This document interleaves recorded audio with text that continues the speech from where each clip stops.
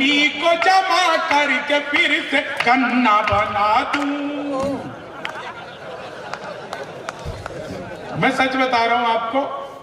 अध्यापक आए क्लास में, बोले कौन बेवकूफ है, खड़ा हो जाए। तो मैं ही खड़ा हो गया। बोले तुम बेवकूफ हो। मैंने कहा नहीं सर, आप अकेले खड़े अच्छे नहीं लगते। चीनी को जमा करके, संस्कृत का अध्यापक आ गए, बोले तमसो माँ ज्योतिर्गमय, मैं इसका हिंदी में अनुवाद करो। मैंने किया। माँ तू सो जा, मैं ज्योति के पास जा रहा।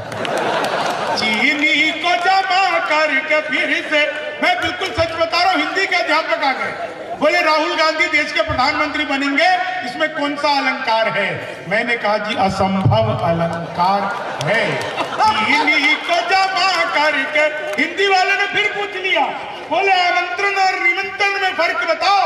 मैंने कहा जो निमंत्रण नीम के पेड़ के नीचे से दिया जाता है उसे निमंत्रण कहते हैं, जो आम के पेड़ के नीचे से दिया जाता है उसे आमंत्रण कहते हैं।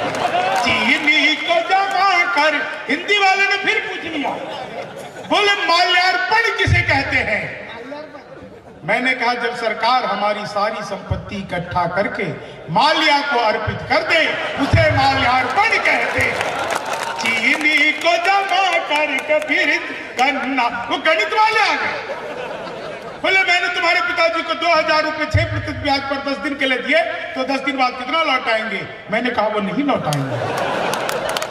बोले क्यों, तुम्हारे पिताजी गणित नहीं जानते? मैंने कहा जी आप मेरे पिताजी को नहीं जानते, आज तक एक का नहीं लौटाया। चीनी को जमा करके फिर से गन्ना, वो गणित वाले ने फिर पूछ लिया, बोले दशमलव किसे कहते हैं? मैंने कहा जब लगातार 10वीं बार लव हो जाए तो उसे दशमलव कहते हैं। चीनी को गणित वाले ने फिर पूछ लिया, फिर पूछ लिया, बोले एक्स की वैल्यू बताओ। मैंने कहा जो हमें छोड़कर चली गई, हमारी नजरों में उसकी कोई वैल्यू नहीं। चीनी को जमा करके, क्या कमाल है, सीहोर के बुजुर्ग भी इस बात पर हंस रहे हैं। दादा आपको एक्स की वैल्यू पता है? भैया इन्हें तो डबल एक्स की नहीं पता होता। चीनी को जमा, मैंने तो बचपन में पिताजी से कह दिया था, पिताजी तेरा सामान्य ज्ञान इतना कम है, अगर इनको एक्स की वैल्यू पता नहीं होती तो तेरे शरीर का झेबरा पैदा होता है। देखो मैं तो पहली बार आया हूँ, इसलिए मेरा अनुभव कम है। भाई साहब तो हर साल आते हैं, तो इनको पता है कि किसका कैसा अनुभव है। लेकिन मैं आपको 4 लाइन आपको सुना रहा हूँ। जी भाई साहब 4 लाइन सुनिए जी। चीनी को, मैं तो बचपन में पिताजी से कह दिया था, पिताजी लव मैरिज करूंगा। बोले बेटा लव मैरिज ही कर लियो, शक्ल दिखा के तो होगी। चीनी को जमा करके फिर, अच्छा एक बिल्कुल नया सुनना, मेरे पड़ोस में एक लड़की रोज नागिन डांस करती थी। हाँ रोज नागिन डांस करती थी। एक दिन मैं उसके घर गया, मैंने घंटी बजाई, वो बाहर निकल करके आई। मैंने कहा तुम ही रोज नागिन डांस करती हो? बोली हाँ। मैंने कहा किसी दिन डस भी लो। चीनी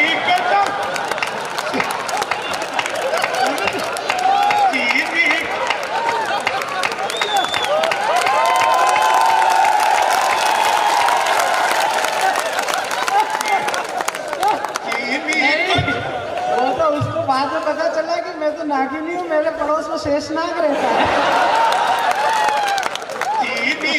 आप लोगों ने सुना होगा कॉपी पेस्ट। इस कॉपी पेस्ट का आविष्कार हिंदुस्तान में हुआ और यहाँ की नारी शक्ति ने किया।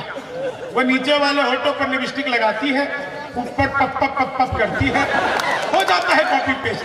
चीनी को जब मैं तो ट्रेन में आ रहा था, बीच वाली बर्थ में सो रहा था, ऊपर पे 30-40 के, नीचे पे 80-90 की। तो 30-40 ने 80-90 से पूछा, बोली बहन तेरी उम्र क्या है? 80-90 बोले 38-40। अब उसने उससे पूछ लिया तेरी क्या है?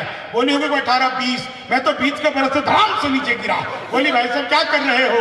मैंने कहा जी पैदा होने की कोशिश।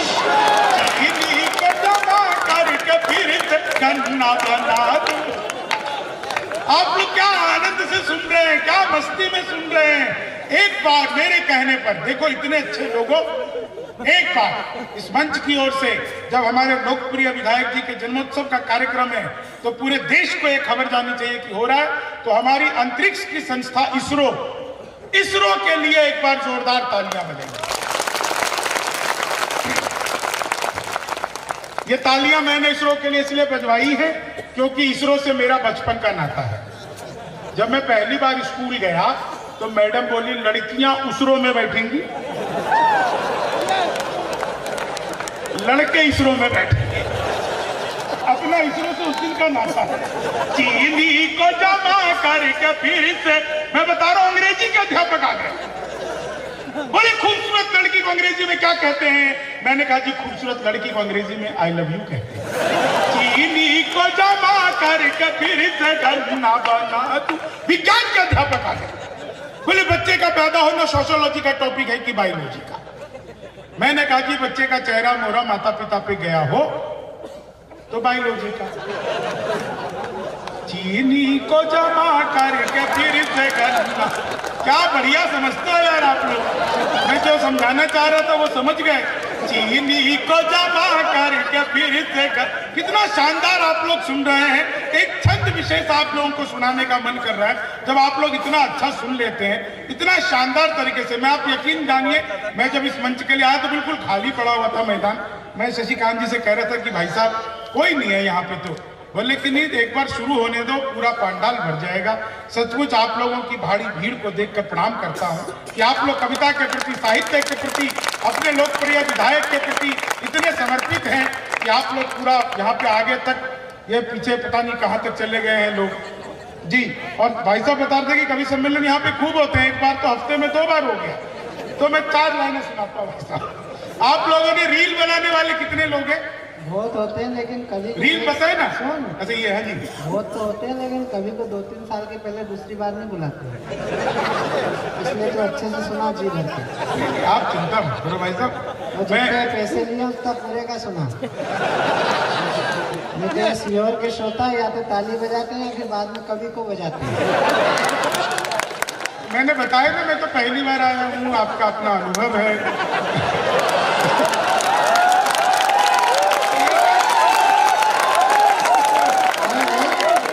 अनुभव है इसीलिए तो तेरे को बता रहा हूँ कि ये बाहर के को बजाते हैं, घर के वाले को तो कुछ कहते ही नहीं है। मेरे हम दोनों तो हर कभी सम्मेलन में फंसे रहते हैं। जी भाई साहब आओ। कितना बढ़िया। देखो जीवन में ना एक बात हमेशा याद रखें। मैं हालांकि कभी ज्ञान नहीं देता लेकिन आज मैंने एक ज्ञान की बात पढ़ी थी तो मैं एक आपको ज्ञान की बात बताता हूँ। नहीं मैं सच बता रहा हूँ। देखो लोग कहते कि अपन फकीर है, अपन फकीर है। फकीरी जो है ना वो आपके दिमाग में होनी चाहिए, आपके जेब में नहीं। और अमीरी आपके जेब में होनी चाहिए, आपके दिमाग में नहीं। आपका घर अगर सड़क पर हो तो उसकी कीमत बढ़ जाती है, आपकी दुकान अगर सड़क पर हो तो उसकी कीमत बढ़ जाती है, आपका खेत अगर सड़क पर हो तो उसकी कीमत बढ़ जाती है। लेकिन जिस दिन आप खुद सड़क पर आ जाते हैं उसकी कोई कीमत नहीं रहती है। इसलिए अपनी कीमत को पहचानिए, अपने आप को बड़ा कीजिए।